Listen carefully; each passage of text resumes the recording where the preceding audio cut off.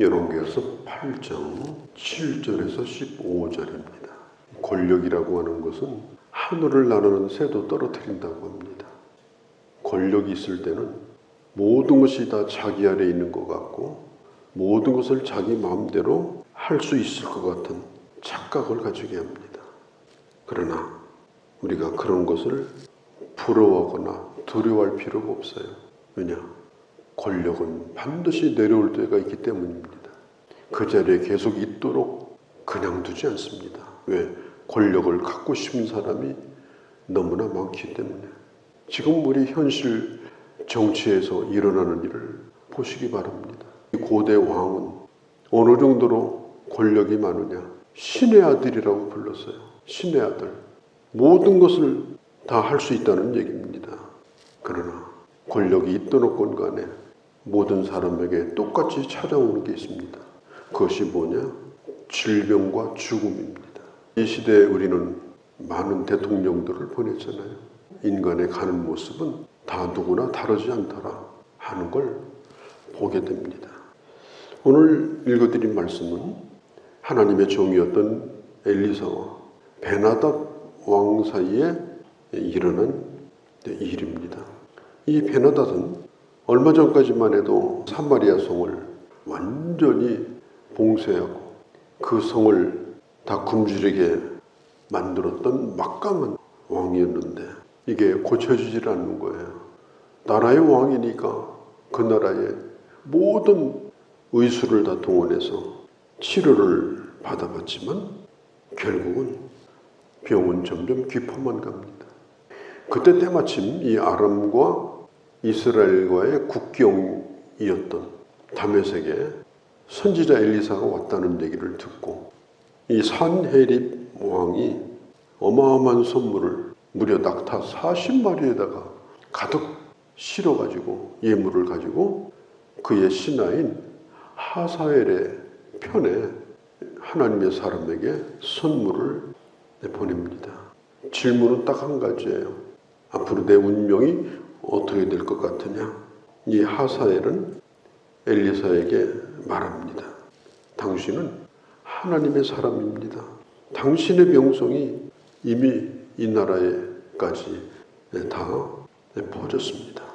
하나님의 종이라고 부르면서 엘리사를 두려워합니다. 8절에 물어요. 경과가 어떻게 될 건지. 미래가 걱정이 되는 겁니다. 왕이라도 질병 앞에서는 어떻게 할 수가 없는 거예요. 9절에 보면 이게 하사엘이 한 얘기인지 아니면 정말 베나닷의 뜻인지는 알 수 없는데 당신의 아들 베나닷 이렇게 불러요. 아람 왕이 선지자 엘리사에게 나는 당신의 아들입니다.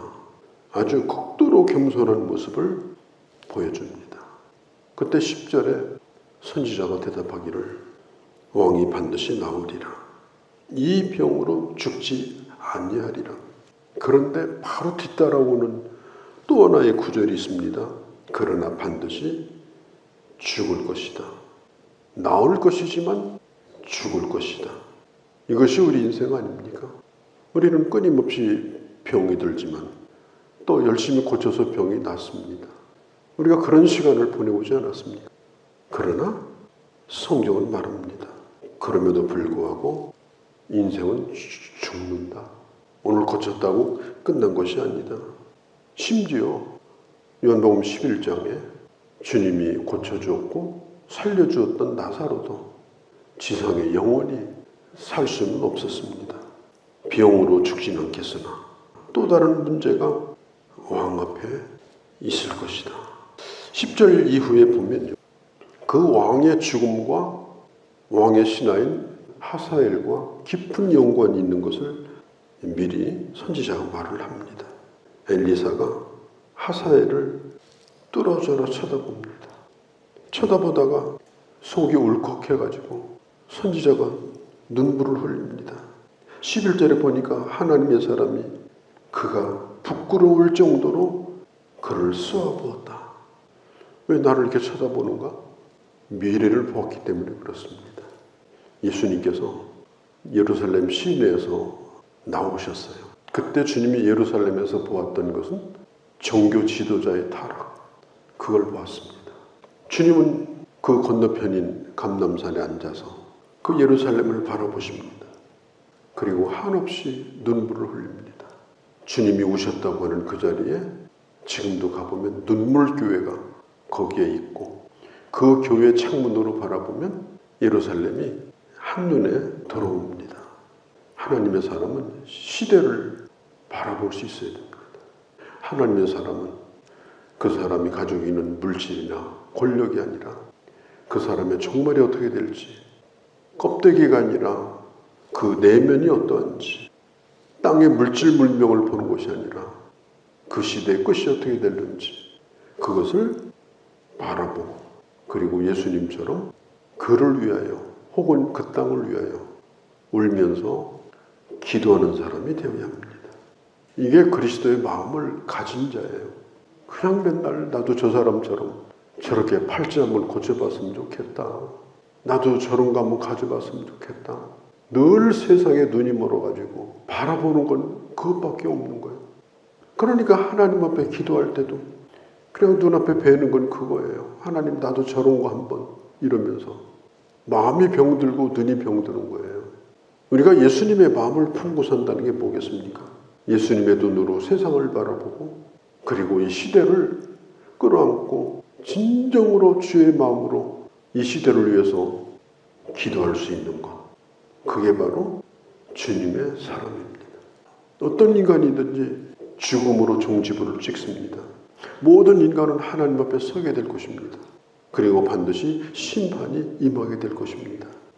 그 모든 것을 꿰뚫어 보았던 이 엘리사는 하사엘을 보면서 눈물을 흘리고 있었습니다. 왜? 그 하사엘 속에 숨겨져 있는 칼이 있었기 때문에, 나쁜 생각이 있었기 때문에 그걸 꽁꽁 숨기고 지금 선지자 앞에 있는 거예요. 사도행전 17장입니다.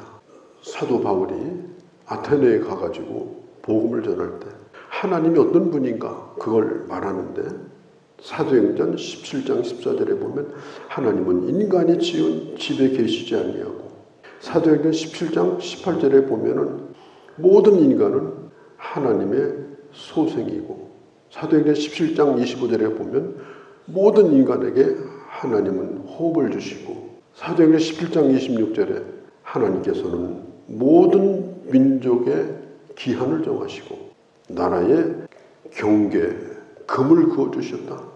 하나님은 한 사람 한 사람의 삶과 국가의 모든 운명을 하나님이 손에 쥐고 계시다. 오늘 12절에 보면 하사엘이 선지자에게 묻습니다. 선지자요, 왜 웁니까? 그러니까 엘리사가 말해요. 네가 지금 있는 베나닷 뒤를 이어서 왕이 될 것이다. 이스라엘 사람들에게 행할 무시무시한 그런 악행이 앞으로 일어날 거다. 소년과 장정을 전부 갖다 죽이고 심지어 임신부까지 잔혹하게 그렇게 죽이는 일이 바로 너의 손에서 일어날 거다. 평민에 불과했던 이 하사엘이 자기가 섬기던 왕을 죽이고 행할 일에 대해서 엘리사가 그걸 다 보고 있었어요. 눈물이 나지 않을 수가 없었어요. 바로 이 앞에 있는 그 사람 때문에 일어난다는 거예요. 그때 13절에 보면 하사엘이 얘기를 합니다. 선지자에 그게 무슨 소리입니까? 저는 당신의 개 같은 종에 불과합니다. 애완견 같은 그런 존재에 불과합니다. 엄청난 일을 제가 하겠습니까? 저는 그럴 만한 우인이 안 되는 사람입니다. 그 말이 맞아요. 나는 당신이 기르는 개와 같다고. 지금 베나닷 왕의 신하니까 왕의 개와 같죠. 사실은 주인을 무는 개예요. 주인의 생명을 끊어놓는 개예요. 기가 막힌 일이죠. 14절에 보면 하사엘이 왕에게 돌아옵니다.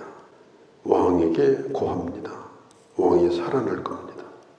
반절은 맞는 말이고 반절은 틀린 말이에요. 왜? 그 병으로 죽은 건 아니니까. 그러나 결국은 죽습니다.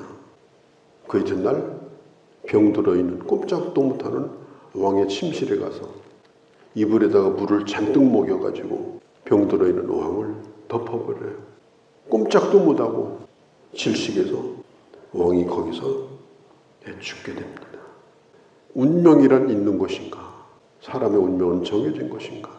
그런 생각을 해보게 됩니다. 나는 그런 운명이고 그런 팔자다. 지금 선지자가 그걸 가르쳐 준 게 아니에요. 너는 그렇게 살아라. 선지자가 그렇게 말한 게 아닙니다. 미리 예고한 것뿐입니다. 내가 어떻게 될까를 가르쳐 준 것뿐이에요. 그러면 그렇게 안 되는 방법을 생각해 봐야 되죠. 나는 결코 그렇게 하고 싶지 않다. 나는 그렇게 안 살겠다. 그런 예고를 받았을 때 하나님 앞에서 바르게 응답하면 사는 길도 생기는 거예요. 운명은 정해져 있는 것이 아니라 어떻게 응답하느냐, 이게 중요한 겁니다. 우리 자신의 삶도 마찬가지예요. 주님이 나에 대해서 너 죽으리라 살리라 이렇게 말하진 않지만 우리가 보고 있는 이 역사를 보면서 또 성경의 교훈을 보면서 주님은 우리에게 말씀하시는 거예요. 너도 그와 같이 되리라. 그러나 회개하면 그와 같이 되지 않을 것이다. 돌이키면 그런 일이 그러함에도 불구하고 임하지 않을 것이다. 우리는 어떤 일이 일어나면 세상을 탄식하고 심지어 하나님을 원망합니다. 그러나 따지고 보면 당연히 올 일이 왔을 뿐이에요. 신문대로 거두고 있을 뿐이에요. 이미 다 그렇게 되도록 자기가 자기 인생을 만든 거예요. 그렇게 말씀을 자주 듣고 그렇게 예고를 받았는데도 그렇게 살았기 때문에 신문대로 거두는 겁니다. 만일 하사엘이 자기 말대로 나는 개와 같이 아무것도 모르는 자고 그냥 주인에게 충성하는 자입니다. 그 말이 진실이었다면 그렇게 살아야 되는데 가서 주인에 가서 목을 물고 자기가 정권을 뺏고 온갖 악행을 다 저지르는 그런 자가 되고 만 겁니다. 말씀을 들었다는 것 이것도 중요하지만 내가 말씀 앞에 어떻게 반응하느냐, 그게 바로 내 삶을 결정하는 것이다. 운명이니 숙명이니 그게 아니다. 내가 오늘 믿음의 사람으로 응답하고 밟고 오른 것을 내가 심을 때 그런 것들을 거두는 것이 바로 내게 주시는 그런 열매다. 오늘 이 말씀을 보면서 다시 한번 생각하고 우리는 하나님이 주신 기회 속에서 오늘도 살고 있습니다. 가장 큰 기회가 뭐냐? 말씀을 오늘 들을 수 있는 것이 기회입니다. 그것만큼 큰 기회가 없고 그것만큼 큰 축복이 없습니다. 우리가 주의 말씀을 깊이 새기고 또 새기면서 내 미래와 이 시대의 미래를 바라보면서 그리스도의 심장을 가지고 시대를 위해서 눈물을 흘리고 또 나 자신을 위해서 울 수 있는 하나님의 사람으로 살아가는 주의 자녀들이 되어주시기를 바랍니다. 거룩하신 우리 아버지, 오늘 주의 말씀을 들었습니다. 운명은 정해진 것이 아니고 팔자도 정해진 것이 아니라 하나님께서 미리 예고하셨을 때 얼마든지 운명과 팔자를 바꾸고 축복된 삶을 살아갈 수 있는 기회가 말씀을 들을 수 있는 오늘에 하나님께서 내게 주신 기회임을 알고 겸손히 응답하고 회개하며 응답하고 그리고 주님 앞에 더 가까이 나갈 수 있는 그런 저희가 되게 하여 주옵소서. 예루살렘을 바라보며 눈물을 흘렸던 예수님처럼 우리도 이 시대를 품고 기도할 수 있는 그런 중보기도자의 삶도 사는 저희가 되게 하여 주옵소서. 우리 주 예수님의 이름으로 기도하옵나이다. 아멘.